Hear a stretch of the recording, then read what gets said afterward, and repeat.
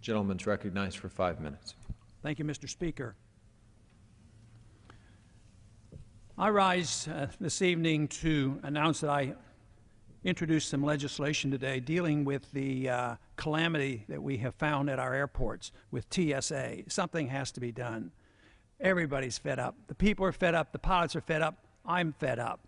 You know, I've come to this floor many times over the past many years and complained about the terrible foreign policy we've had, the terrible monetary policy we had, the excessive spending and the debt, and also the tax policy. But what we're doing and what we're accepting and putting up with at this airport is so symbolic of us just not standing up and saying enough is enough. I know the American people are starting to wake up, but our government, those in charge, Congress as well as the executive branch, are doing nothing. Yes, they're talking about maybe backing off and allowing the pilots go through. But can you think how silly the whole thing is? The pilot has a gun in the cockpit, and he's managing this aircraft, which is a missile, and we make him go through this groping X-ray exercise, having people feel in their underwear. It's absurd, and it's time we wake up. The bill I've introduced will take care of this.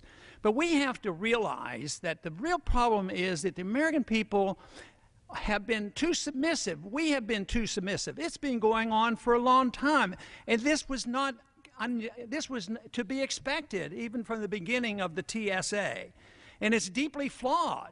Private property should be protected by private individuals, not bureaucrats.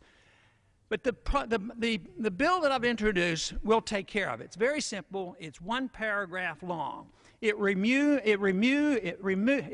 the immunity from anybody in the federal government that does anything that you or I can't do. If you can't grope another person, and if you can't X-ray people and endanger them with possible X-ray, you can't take nude photographs of individuals, why do we allow the government to do it? We would go to jail if an individual, he'd be immediately arrested if an individual citizen went up and did these things, and yet we just sit there and calmly say, oh, they're making us safe. And besides, the argument from the executive branch is that when you buy a ticket, you have sacrificed your rights, and it's the duty of the government to make us safe. That isn't the case. You never have to sacrifice your rights. The duty of the government is to protect our rights, not to use them and do what they have been doing to us. The pilots, hopefully, will be exempted from this. But another suggestion I have that might help us, let's make sure that every member of Congress goes through this. Get the X-ray, take a look, and make them look at the pictures, and then go through one of those groping pat-downs.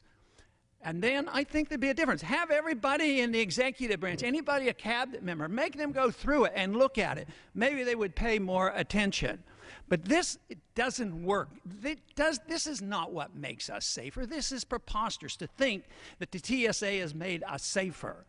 You know, when you think about it, if you look at what's happened over the past 10 years, during this last decade, we lost 3,000 on a terrible, terrible day for America.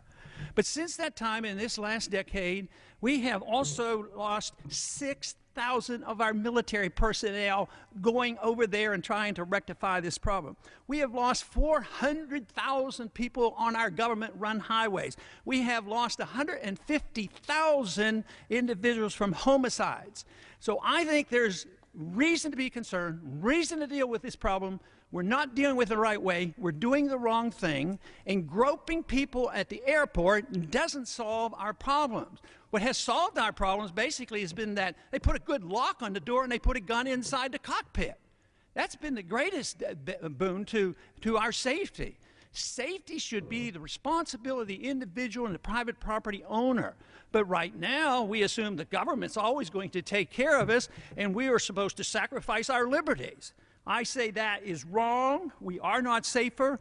And we also know there are individuals who are making money off this. Michael Chertoff. I mean, here's a guy that was the head of the TSA selling the equipment. And the equipment's questionable. We don't even know if it works, and it may well be dangerous to our health.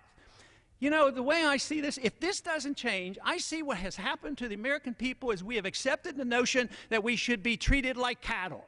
make us safe, make us secure, put us in the barbed wire, feed us, fatten us up, and then they'll eat us.